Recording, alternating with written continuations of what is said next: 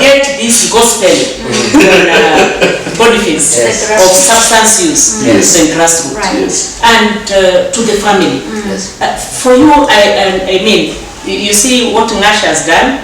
He has decided, as we are the old generation, he's the young generation, isn't it? Now you as the old generation, please tell us what went wrong. Thank you very much, guys. I know. I have a feeling that I never get well put like your put. I realize actually, age is catching up. In my head sometimes I still see myself as 21. Now you have been told you are aging. Myself too. Yes. So what went wrong? Very interesting. Yes. The other day when I was having you just reminded me, Nash, a discussion I was having with my daughter. And I was concerned about some influences she was getting in other people. And then she just smiled. She was smiling. She said, Dad, sometimes you parents overrate your influence on our lives.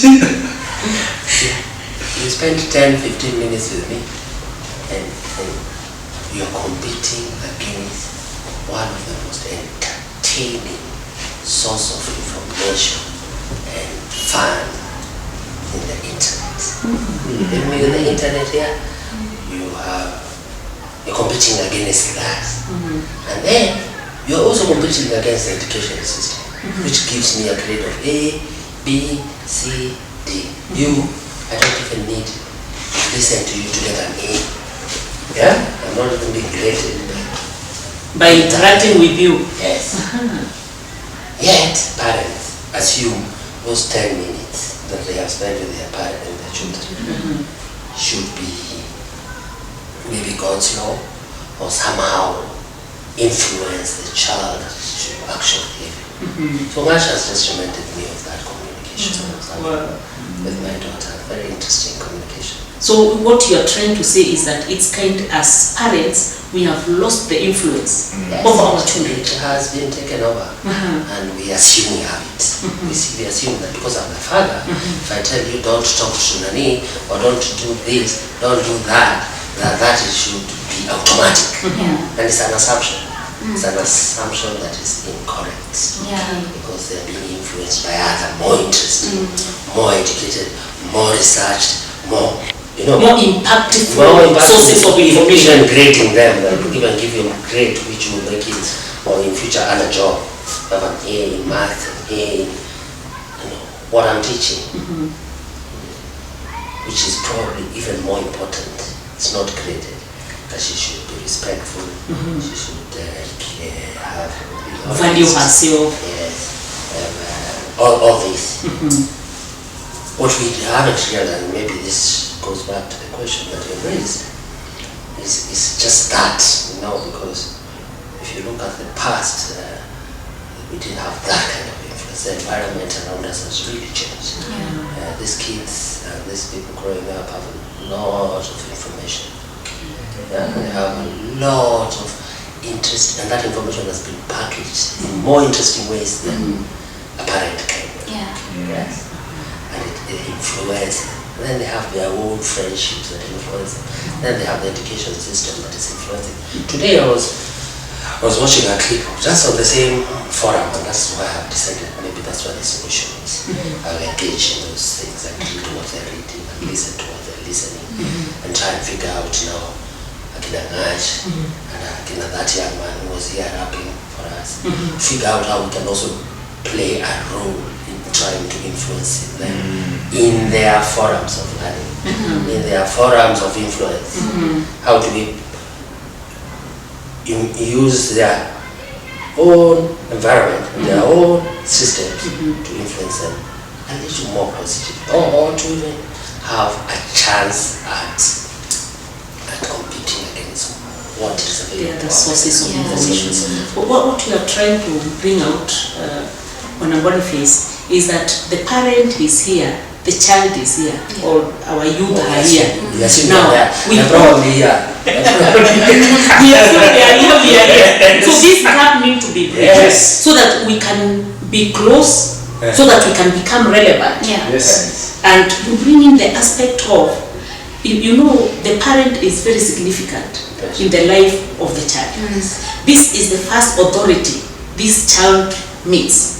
This is the place at the family, is the place of learning trust, is the place of learning values that will help them even not to be influenced to use substances. That they can be able to trust the daddy, the mom, or whoever is the significant other, the mature person. Of course, bearing in mind that the family fabric today is quite different.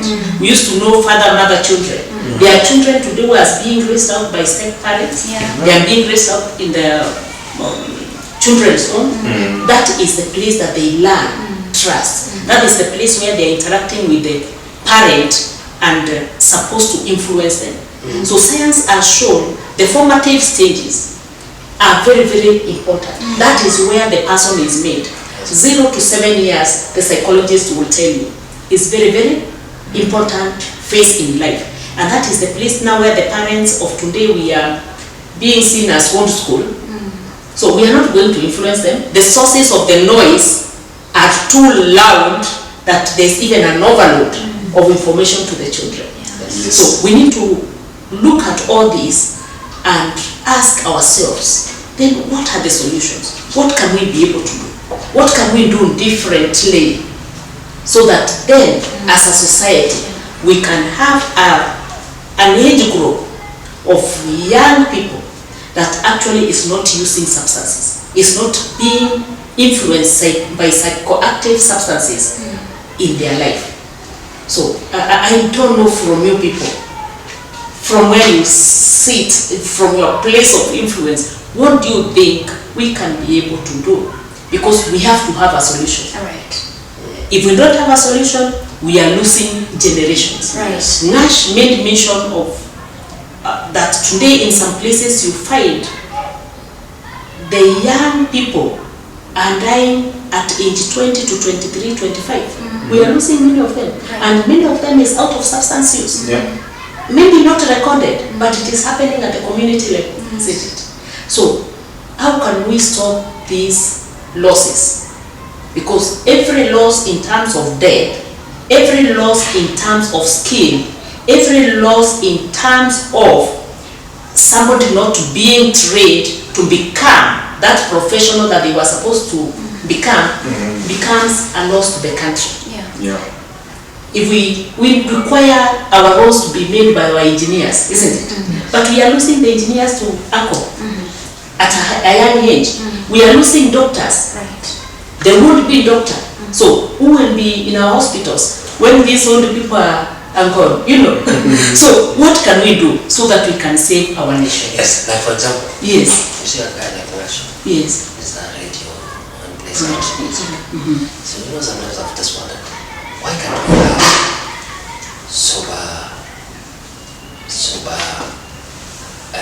music extravaganzas where people can enjoy the same things that kids go to enjoy to watch? We do it similarly, but with the sobriety. Can you imagine now, Rash, if you are doing your country music here, you know there's a sober space. So the guys are getting excited, they're enjoying the music, but the only condition is there is no alcohol or substance. Allow me to, just point it out. Yes. We've very recently had the World Cup, right?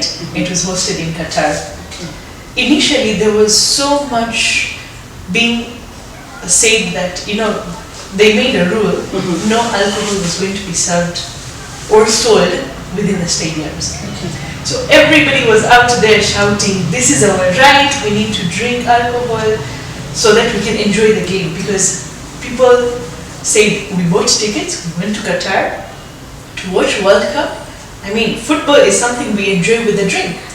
I'm here with my friends, we're drinking and we're enjoying the game. And then this announcement came that what is said, it is set in stone. No means no.